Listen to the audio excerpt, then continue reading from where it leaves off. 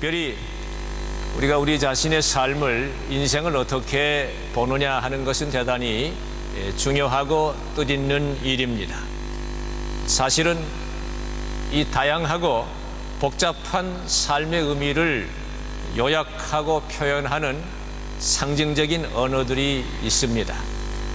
구름이라든지 그림자라든지 여행이라든지 아픔이라든지 여러 가지 많은 표현들을 가지고 우리는 삶을 표현해 보려고 합니다. 그렇지만 이 많은 표현들 가운데서 저는 이 아침 시간에 세 가지 이미지, 세 가지 상을 가지고 말씀을 드리려고 합니다. 그것은 트레드밀, 우리가 늘 타는 한없이 이렇게 돌아가는 그 트레드밀, 그 다음에 사가, 그리고 필그리미지, 이 세 가지 이미지를 가지고 우리의 삶의 의미에 대해서 성경적으로 우리가 말씀을 생각하기를 원합니다. 트레드밀은 문자 그대로 단조롭고 일상적인 평범한 삶을 나타냅니다. 이 트레드밀의 삶은 특별한 삶의 의미와 목적이 없습니다. 다람쥐 쳇바퀴 돌아가듯이 습관적으로 되풀이되는 기계적인 그런 삶을 의미한다고 볼 수가 있습니다. 이런 삶은 거대한 이 조직사회, 특별히 오늘 우리가 살고 있는 이 거대한 이 조직사회에서 마치 기계의 작은 톱니바퀴처럼 돌아가는 그런 삶의 모습이 옳시다. 두 번째 인생관인 사가, 영웅담 혹은 서사시, 에픽 드라마, 이것은 어려운 시련을 이기고 승리하는 영웅적인 삶의 모습입니다. 모험적인 인생이고 여기에는 드라마가 있고 성취가 있고 승리가 있고 명예와 용기와 인내, 그리고 자기 희생과 같은 덕목을 나타내는 인간 중심의 사상입니다. 고전 작품으로는 호모의 오디세이 같은 이 작품이 이 사가를, 에픽을 대표하는 작품이라고 볼 수가 있겠습니다. 이 사가는 두 가지 중요한 가치관을 보여줍니다. 고상한 성품과 영웅주의입니다. 모든 사람들이, 특별히 많은 젊은이들이 이러한 사가적인 삶을 생각하고 동경하는 것을 볼 수가 있습니다. 그런데 실상은 이 사가의 삶은 하나님이 없는, 가장 중요한 것은 하나님이 없는 휴머니즘, 인본주의와 오늘 우리가 살고 있는 이 세속주의의 한계 속에 있습니다. 어리와 보니까 너무나 찬란합니다. 너무나 장엄합니다. 너무나 훌륭합니다. 인간적인 성취 아주 대단합니다. 눈부십니다. 오늘 우리는 이와 같은 인본주의와 세속주의가 사람들을 지배하는 세상 가운데 살고 있습니다. 세 번째 인생관은 순례자의 삶입니다. 순례자는 그 몸과 마음이 트레드밀에 단순한 되풀이되는 그런 무미 건조한 삶을 떠나서 어떤 성스럽고 새로운 곳을 찾아가는 여정에 있는 사람들입니다. 중세시대에 많은 사람들이 그들의 고향을 떠나서 성지나 유명한 수도원을 찾아 순례의 길을 떠났습니다. 어떤 의미에서 여러분과 저의 삶은 순례의 삶이라고 볼 수가 있겠습니다. 고향을 떠났습니다. 조국을 떠났습니다. 물론 글로벌 지구촌이지만 우리는 지금 먼 곳에 와서 우리의 삶의 여정을 걸어가고 있습니다. 순례는 여행 이전의 마음의 상태입니다.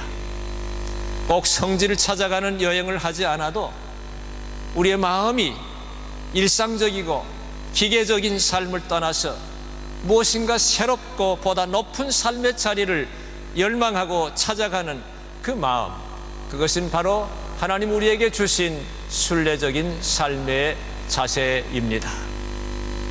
구약 성경에 나오는 야곱의 이야기는 이 순례자의 모습을 보여줍니다.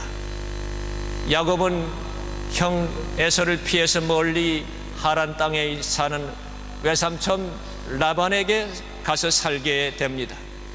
그는 라반의 둘째 딸 라헬을 사랑했습니다. 7년을 열심히 라헬을 사랑하는 그 열정을 가지고 하루와 같이 일을 했습니다. 그러나 라반은 약속을 지키지 않고 첫 딸 레아를 아내로 줍니다. 삼촌에게 속은 야곱은 7년을 더 열심히 일해서, 여러분, 그런 열정을 가지고 사랑할 수 있어야 됩니다. 14년을 라헬을 위해서 일했습니다. 그리고 마침내 자기 아내로 맞이합니다. 야곱은 라헬을 사랑하는 마음으로 7년을, 아니 14년을 하루같이 일했다고 성경은 말해 줍니다. 야곱은 현실에 안주하지 않고 미래를 향해서 희망을 버리지 않고 나아가는 순례자의 모습을 보여준다고 생각합니다. 순례의 삶과 이 영웅적인 사가의 삶의 차이점, 그 전에 이 두 가지가 다 함께 있는 공통점은 안일한 삶에, 현실적인 삶에 만족하지 않고 거기에 주저앉지 않는다고 하는 것입니다. 이 두 삶의 모습은 어떤 목적과 뜻을 향해서 떠나가는 공통점은 있습니다. 그러나 이 순례의 삶과 영웅적인 혹은 서사시적인 이 에픽적인 인간 중심적인 삶은 근본적으로 다른 인생관입니다. 사가의 삶은 두 가지 한계를 갖습니다. 사가는 인간성을 축하할 수는 있습니다. 인간성을 그러나 초월할 수는 없습니다. 인간성의 한계에 갇혀 있고 현재를 축하하지만 시간의 제한 속에 있습니다. 사가는 그 본질상 비극적입니다. 이와 대조적으로 순례의 삶은 사가의 삶이 닫혀 있는 데서 열린 세계로 나갑니다. 사가의 삶이 수평적인 삶이라면 순례적인 삶은 수직적인 삶입니다. 순례의 삶은 자연적이고 인간적인 것 이상의 세계를 향해서 열려 있는 삶입니다. 따라서 인간 존재와 실존은 자연과 인간에게만 연결된 것이 아니라 그것들을 초월한 하나님께 연결되는 것입니다. 오늘 우리가 살고 있는 이 세상은 아마 맵이 불란서는 그 찬란한 역사와 영웅적인 스토리가 많은 나라입니다. 사가적인 것이 많은 나라입니다. 그러나 오늘 유럽과 미국도 많이 세속화되어 가고 휴머니즘, 인간 중심주의로 치닫고 있습니다. 기술 중심주의로 치닫고 있습니다. 어떤 의미에서는 대단히 비극적인 현실 가운데서 우리는 살고 있습니다. 야곱은 도망자로 광야를 걸어가다가 돌벽에를 베고 잤지만 비록 그의 삶의 정황은 몹시 외롭고 무섭고 답답하고 헬플레스했지만 꿈에 하늘에 이어지는 사닥다리를 보았습니다. 하나님의 천사들을 보았습니다. 사가의 삶이 시간의 제한 속에 있는 이 지상적인 세속적인 비극적인 삶인데 반해서 순례자의 삶은 영원을 향해서 열려있는 하나님을 향해서 가는 영원한 삶을 지향하는 그런 삶의 모습입니다. 야곱의 할아버지 아브라함과 할머니 사라의 삶은 이 신앙적 순례자의 원형입니다. 그들은 하나님의 말씀에 순종해서 그들의 고향과 친척과 아버지의 집을 떠나서 하나님의 지시하시는 약속의 땅으로 떠났습니다. 히브리서 기자는 아브라함을 우리의 믿음의 선구자로 소개하고 영원한 본향을 향해 가는 순례의 삶을 보여줍니다. 순례자의 삶은 이 지상에 영원한 정착지가 없습니다.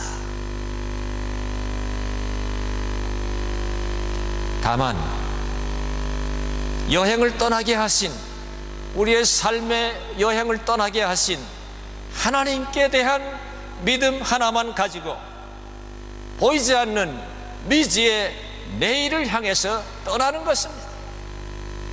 여러분이 서울을 혹은 한국을 떠나서 이 파리에 유학을 오신다든지 사업을 하기 위해 오신다든지 주재원으로 오신다든지, 물론 지구촌이니까 이제는 바로 이웃집 가듯이 가긴 하지만 어떤 의미에서 우리는 멀리 집을 떠난 것입니다. 그리고 앞으로도 여러분의 삶의 일생이 어디로 갈는지 여러분은 나그네의 삶을, 순례의 삶을 살아가게 될 것입니다.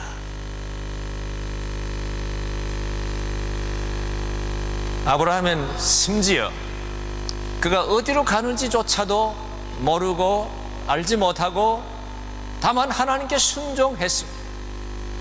히브리 11장 8절 이렇게 말씀하고 있지 않습니까? 믿음으로 아브라함은 부르심을 받았을 때에 순종하여 장래 유업을 받을 땅에 나갈새 갈 바를 알지 못하고 나아갔다. 아브라함과 그의 아들 이삭 그리고 그의 손자 야곱 3대입니다. 3대. 이들은 모두 영영 이방인이 되었고 고향으로 돌아오지 못했습니다. 그대 다시는 고향에 돌아가지 못한다고 하는 그런 책이 있듯이 그들은 고향으로 돌아가지를 못했습니다.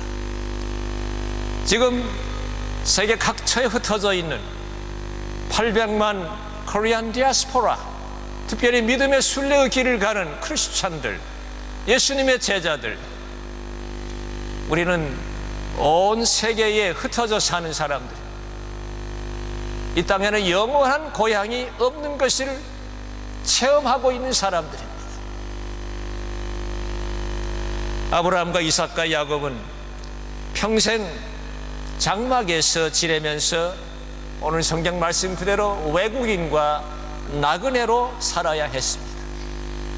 외국인과 나그네, 그들은 그 성에, 그 도시의 한복판의 중심에 있지 못하는 사람들, 변두리에 있는 사람들, 지나가는 사람들. 오늘 미국에서도 많은 한국 사람들이 한 200만 이상 산다고 하지만은 물론 우리 2세들, 3세들 가운데서 이제 미국의 주류에 들어가는 사람들이 많이 있습니다. 오바마 대통령 백악관에도 우리 젊은이들이, 2세들이 많이 들어가서 활동합니다. 오바마가 항상 교육을 이야기할 때는 한국을 계속 이야기하는 까닭이 있습니다. 한국 아이들이 들어가서 있기 때문에 그렇습니다. 대단한 사건입니다. 유럽은 좀 다른지 모르지만 앞으로 불란서도 그렇게 좀 변화될 수 있기를 바랍니다. 그러나 그들은 뒤에 두고 온 떠난 것에 대해서 전혀 신경을 쓰지 않았습니다.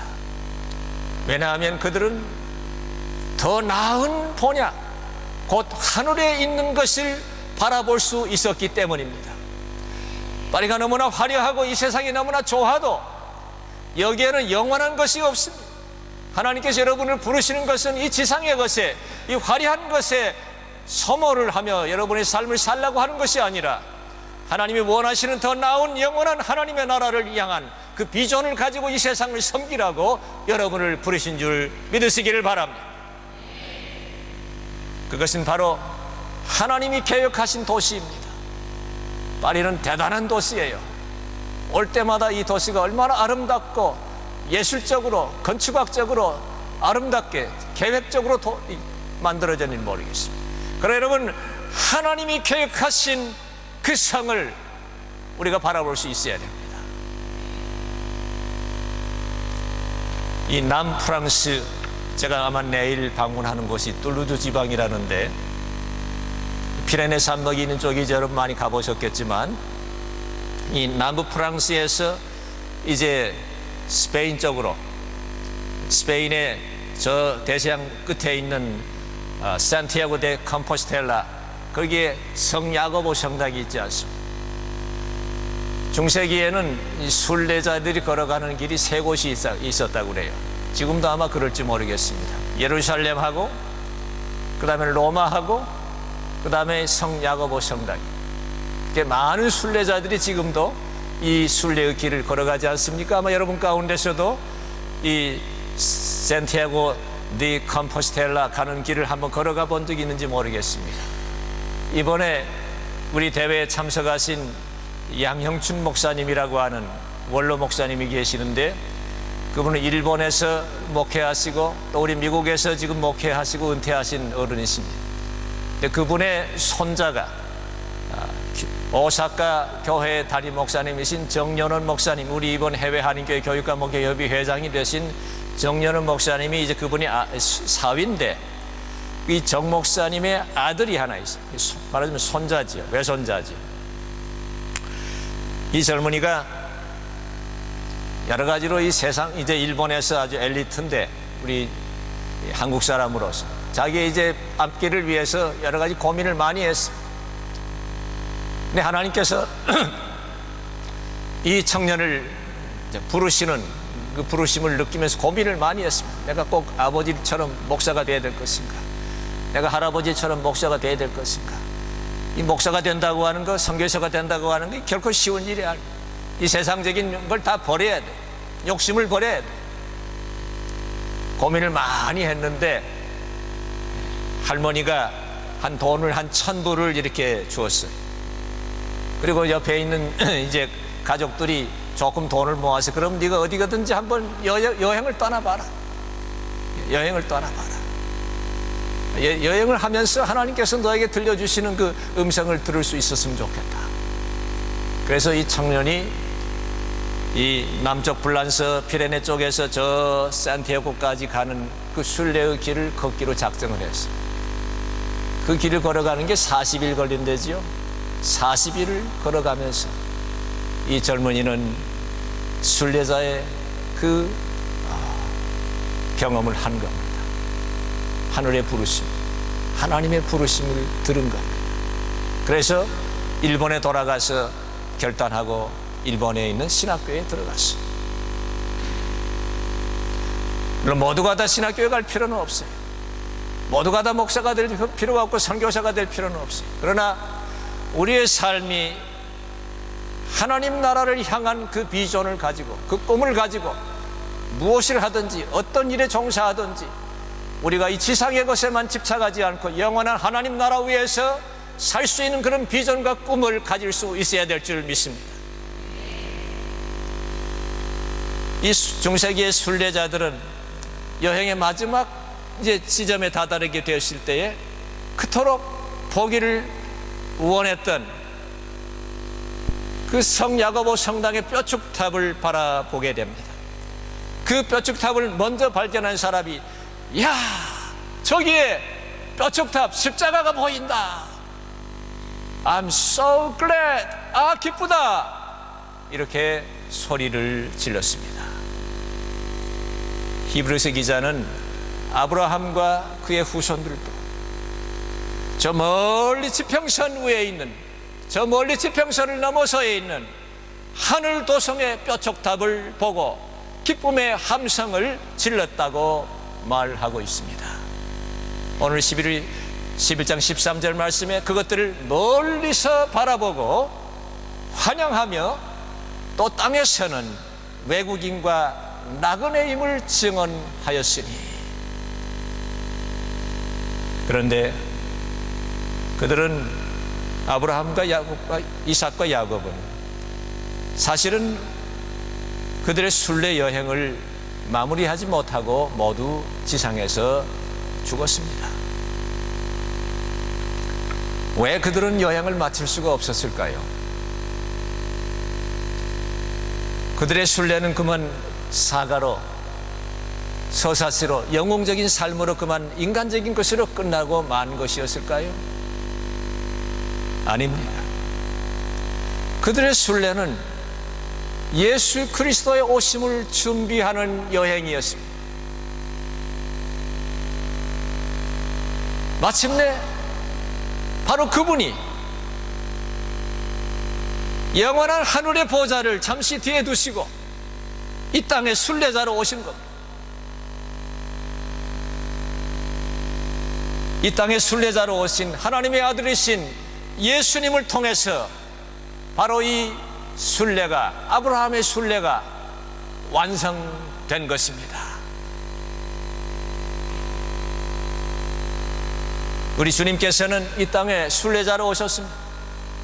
33년의 짧은 생이었습니다.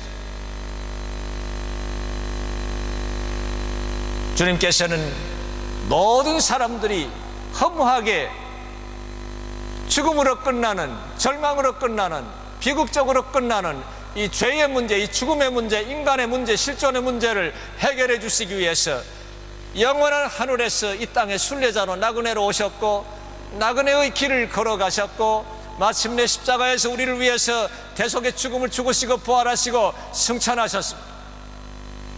오늘 우리는 지금 교회력에서 승천 기간을, 절기를 살고 있습니다. 부활주일만 부활주일이 아니에요. 지금 우리는 이스터 시즌에 살고 있습니다. 펜티코스트 오순절이 오기 전까지, 5월 마지막 주일이 펜티코스트 오순절, 우리는 지금 부활절기에 살고 있는데 주님께서 승천하셨어요. 그리고 약속하셨어요. 내가 다시 오겠다고 그랬어요. 그러나 주님께서는 이 땅에 오실 때, 성육신 하실 때 나그네로 오신 거예요. 예수님께서는 어린 아이 2살, 3살 때 벌써 이집트로 피난을 가는 나그네였어요.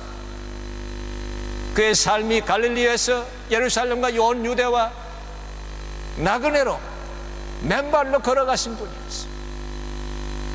그분이 바로 우리의 순례를 완성하신 거예요. 그래서 우리는 결코 죽음으로 끝나지 않아요. 비극으로 끝나지 않아요. 인간적인 것으로 끝나지 않아요. 예수 안에 있으면 우리의 삶은 항상 마침내 완성되고 마는 거예요. 여러분이 무엇을 하시든지, 예수를 하시든지 무엇을 하시든지 간에 인간적인 것으로 끝나는 비극이 되지 않기를 바랍니다. 하나님 나라 안에서 완성되는 하나님의 영광을 나타내는 오늘 이 말씀들, 하나님의 영광, 그 영광을 바라보는 삶의 여정이 되시기를 간절히 소원합니다. 그래서 11장 16절 말씀에 그들이 이제는 더 나은 본향을 사모하니 하늘에 있는 것이라. 이러므로 하나님이 그들의 하나님이라 일컬음 받으심을 부끄러워하지 아니하시고 한 성을 예비하셨느니라. 성 어거스틴은 City of God, 하나님의 도시, 새 예루살렘, 영원한 하나님의 도시, 이 지상의 파리가 아니라 영원한 하나님의 도시를 얘기했어요. 오늘 우리는 너무 지상적인 것, 너무 세속적인 것, 너무 물질적인 것, 너무 인간적인 것에 압도되는 삶을 살고 있습니다. 우리 눈을 들어서 우리의 순례의 새로운 여정의 비전을 바라볼 수 있어야 돼요. 꿈을 바라볼 수 있어야 돼요. 하나님이 예비하신 그 성을, 그 도시를 볼 수 있어야 돼요. 하늘의 도시는, 마침내 완성되는 하나님의 도시는 파리가 문제가 아니에요. 뉴욕이 문제가 아니에요. 서울이 문제가 아니에요. 이 비전을 우리가 볼 수 있어야 모든 유혹과 모든 어떤 그 시련을 이길 수 있는 그런 믿음과 새로운 용기와 그런 자신을 가질 수 있는 것입니다. 순례자의 삶은 이 믿음으로 하나님이 지으신 영원한 도시를, 성을 바라보고 나가는 삶입니다. 이 지상의 삶은 일시적입니다. Very temporary. 끝입니다. 요즘은 수명이 많이 연장되어서 이젠 120세까지 우리 노인들은 생각을 하고 살지만은 그것도 잠깐입니다. 천상의 삶은 하나님 중심의 삶이고 하나님 안에 있는 영원한 삶이고 그리고 우주적인 삶입니다. 예수 그리스도 안에서 우리를 찾아오신 하나님께서 시간 속에, 즉 영원히, 하나님은 시간의 제한을 받지 않으시, 시간을 만드신 창조의 하나님이신데 영원히 시간 속에 들어왔어요.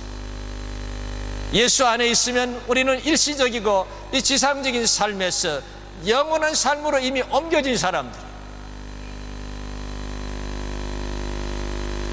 우리는 비록 육신을 가지고 아직은 이 시간 속에 있지만은 하나님 말씀 그대로 우리는 영원한 삶을 사는 사람들.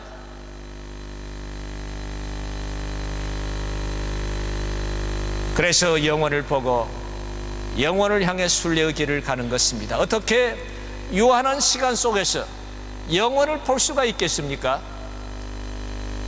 우리가 영원을 볼 수 있는 두 가지가 있습니다. 우리 편에서는 믿음으로 보는 것입니다. 히브리서 11장 1절 말씀 그대로 믿음은 바라는 것들의 실상이고 보지 못한 것들의 증거라고 했습니다. 믿음은 살아계신 하나님을 계신 것과 그가 자기를 찾는 자들에게 상 주시는 분임을 믿는 것이라고 히브리서 11장 6절에 분명히 말씀하고 있습니다. 믿음은 하나님의 미래에 이루어지리라고 약속하신 것을 현재적으로 보는 거예요. 현재적으로 소유하는 거예요. 이것은 단지 감정적인 혹은 내적인 확신에 불과한 것이 아니라 분명한 실상이라고 그랬어요. 실상이라고 하는 말, 히브리서 11장 1절의 실상이라고 하는 말은 원래 헬라 원어로 헤포스타시라고 하는 단어인데 이건 하나님의 본체, 하나님의 본질을 가리키는 말이에요. 다시 말해서 믿음은 하나님의 약속의 본체요 실제입니다. 눈에는 안 보여요. 우리 육신의 눈에는 안 보이는 거예요. 사실은 물질적인 이 물리적인 세계도 신비하게도 안 보이는 게 너무나 많아요. 보이는 것만 있다고 생각하면 안 되잖아요. 과학 세계도 그러잖아요. 이 영적인 세계는 눈에 보이지 않아요.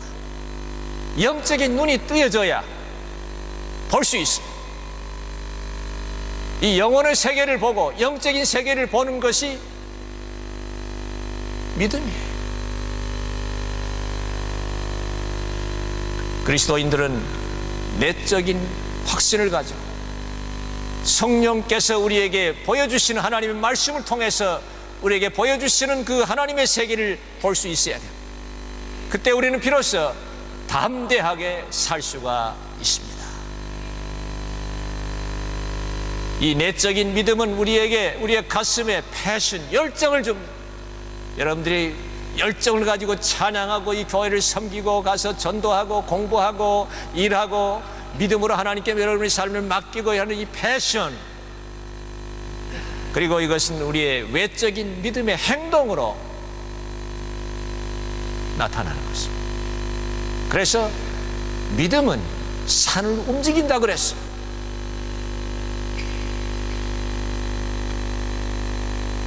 믿음은 또한 보지 못한 것들의 증거입니다. 많은 사람들이, 대부분의 사람들이 보지 않고는 못 믿겠다고 그럽니다. 그러나 믿음은 보지 못한 것들의 증거예요. 믿음의 증거는 육안으로 볼 수 없는 것이지만 실제하는 것입니다. 사도 바울은 말씀했습니다. 보이는 것은 잠깐이요, 보이지 않는 것은 영원하다고 했습니다.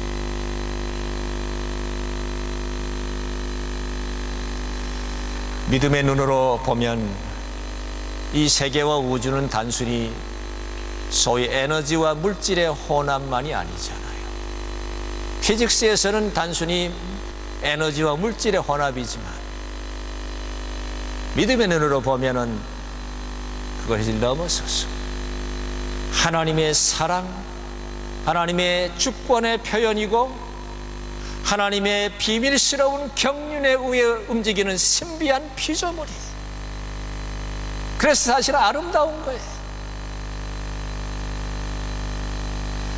믿음은 우리로 하여금 실제로 존재하는 것, 그것과 눈에 보이는 것 사이의 차이를 알게 해줍니다. 예수 그리스도가 주님이시고 그분이 세상을 창조하신 분이시고 능력과 위엄으로 모든 것을 다스리시고 마침내 다시 오셔서 만물을 새롭게 하시는 분이라는 것을 믿는 것, 바로 이것이 실제, 이게 실제. 우리 눈으로 보는 세상은 바로 현란하고 찬란하고 리얼한 것 같지만은 고통과 괴로움과 폭력과 모든 악으로, 모든 탐욕으로 얼룩진 세계입니다. 오늘 우리는 걷잡을 수 없는 두려운 세상 가운데 살고 있습니다. 눈에 보이는 이 세계, 사람들이 중심이 된 이 세계, 이것은 아주 놀랍게 눈부시게 아주 발전하는 것 같지만은 마침내 비극으로 끝날 수밖에 없습니다. 이러한 힘든 현실을 살아가는 우리에게 믿음이란 우리의 육신의 눈으로 볼 수 없는 것을 영혼의 눈으로, 믿음의 눈으로 하나님의 세계를 보는 것입니다. 이 믿음을 주시는 분이 성령님이십니다. 하나님의 영이십니다.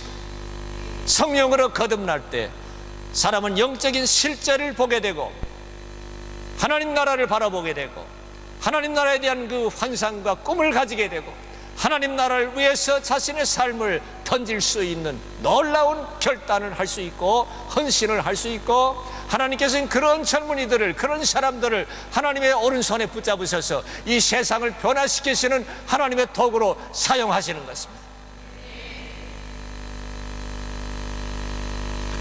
우리가 하나님의 영 안에서, 성령 안에서 예수 그리스도를 닮아가면서 그분을 따라갈 수 있을 때 우리는 비로소 제자의 길을 걸어가는 것입니다. 이 믿음과 성령의 역사는 하나님의 말씀과 성례전, 우리가 떡과 잔을 받는 이 성례전에 의해서 이루어집니다. 그러므로 목사님의 말씀의 선포가 그렇게 소중한 것이고 우리가 함께 떡을 떼고 함께 잔을 마시는 성례전이 그렇게 소중한 것입니다. 마지막으로 저는 순례자의 삶을 보여주는 이 성경적인 인생관 한 가지를 더 생각하기를 원합니다. 출생으로부터 한 인간의 삶이 시작되지 않습니까? 생명은 신비한 것이에요. 참 신비한 것이에요. 오늘날 너무나 생명이 경시되고 있잖아요. 어린아이가 출생했을 때 그 생명은 신비하고 존귀한 것이에요. 어떻게 해서든지 이 생명은 보존돼야 돼. 이 생명은 사랑해야 돼. 그것은 하나님께로부터 나왔기 때문에 문자 그대로 신비에 쌓여 있습니다. 여러분 한 분 한 분이 신비한 존재들이에요.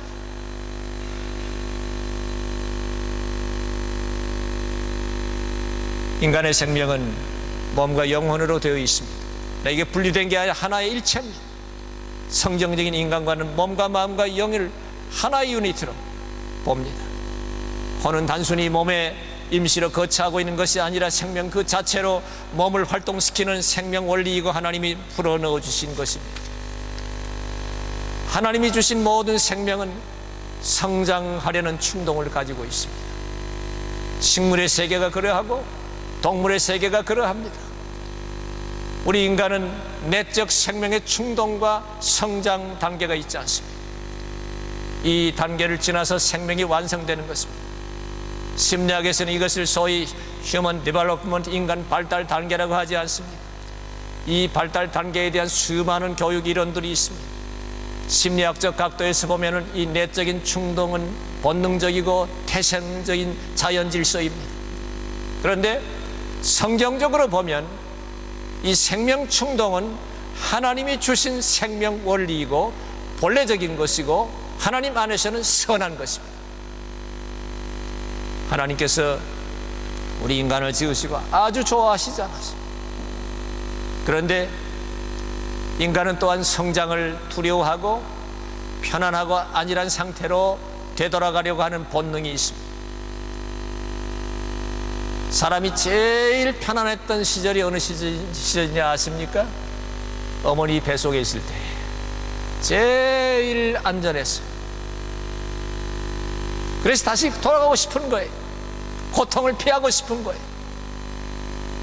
성경에 보면은 뒤돌아가려고 하는 사람들이 많았어요. 롯의 아내가 뒤돌아가려다가 소금기름 됐잖아요.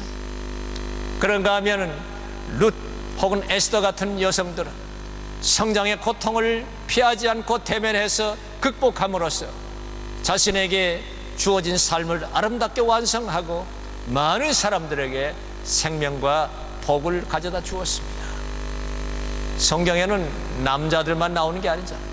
위대한 여성들, 아름다운 하나님의 딸들의 이야기가 많이 나옵니다. 성장을 피하고 되돌아가려고 하는 마음은 죽음의 본능입니다. 한국에서 1년에 15,000명이 자살한다잖아요. 세계 제일로 자살률이 많다잖아요. 신앙적으로 뒤돌아가려고 하는 것이 시험이지. 사탄의 유혹은 인간으로 하여금 하나님을 향해 가는 데서 돌아서서 자기중심적인 안일한 삶으로 되돌아가게 하려는 것입니다. 히브리 10장 38절 39절에 나의 의인은 믿음으로 말미암아 살리라. 또한 뒤로 물러가면 내 마음이 그를 기뻐하지 아니하리라. 하나님께서 우리가 하나님 중심을 떠나서 내 중심으로 뒤로 물러가려고 하면 하나님 기뻐하지 않으세요. 왜? 우리는 뒤로 물러가 멸망할 자가 아니요. 여러분 중요한 말씀이에요. 하나님을 떠나서 인간 중심으로 뒤로 물러가면 죽어요. 우리는 뒤로 물러가 멸망할 자가 아니요 오직 영혼을 구원하며 이런 믿음을 가진 자니라.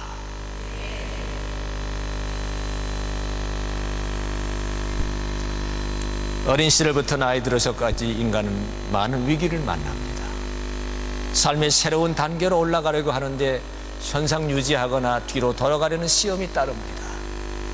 인간에게는 성장하려는 동기와 주저앉아 버리려는 동기가 함께 있습니다. 가나안 땅을 정탐한 12사람의 정탐꾼의 이야기는 이것을 잘 보여주고 있습니다. 젖과 꿀이 흐르는 땅을 보고 왔는데 10사람은 도저히 거기는 갈 수 없다. 거기는 거인들이 살기 때문에 우리는 도저히 그 사람들과 싸울 수가 없다. 마치 우리 메뚜기와 같다고 그랬습니다. 그러나 여호수아와 갈렙은 올라가서 그 땅을 취하자. 능히 이기리라. 여호와께서 우리를 기뻐하시면 우리를 그 땅으로 인도하여 내시고 우리가 그 땅에 들어가서 젖과 꿀이 흐르는 이 땅을 차지할 수 있다. 이게 신앙인의 자세. 우리 앞에 놓인 큰 산과 같은 장애물들이 많습니다. 여러분이 여기서 공부하고 여기서 활동하고 할 때에 많은 어려운 일들을 넘어가야 됩니다.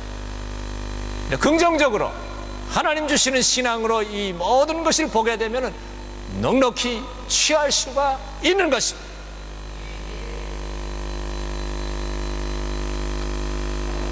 이스라엘 백성들이 이 10사람의 보고를 받고 원망하고 하나님 믿지 않고 갔을 때 다시 다 광야로 들어가서 다 죽었어요.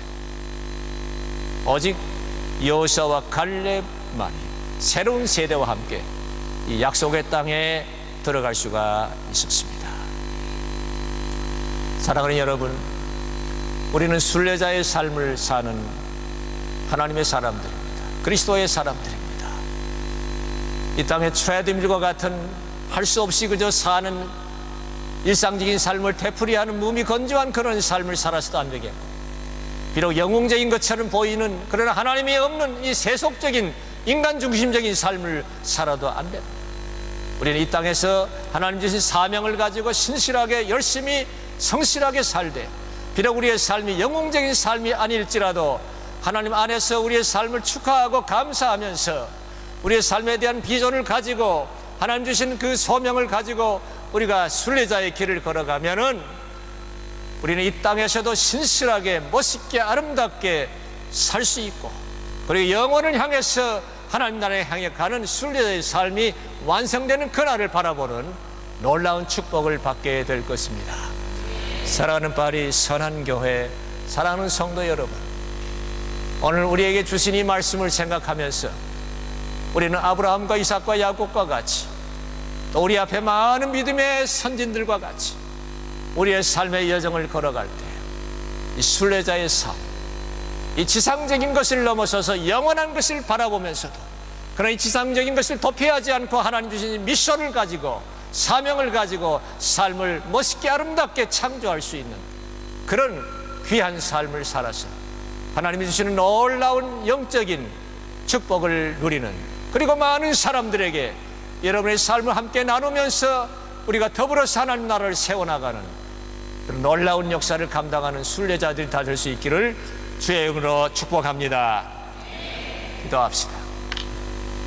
하나님 감사합니다.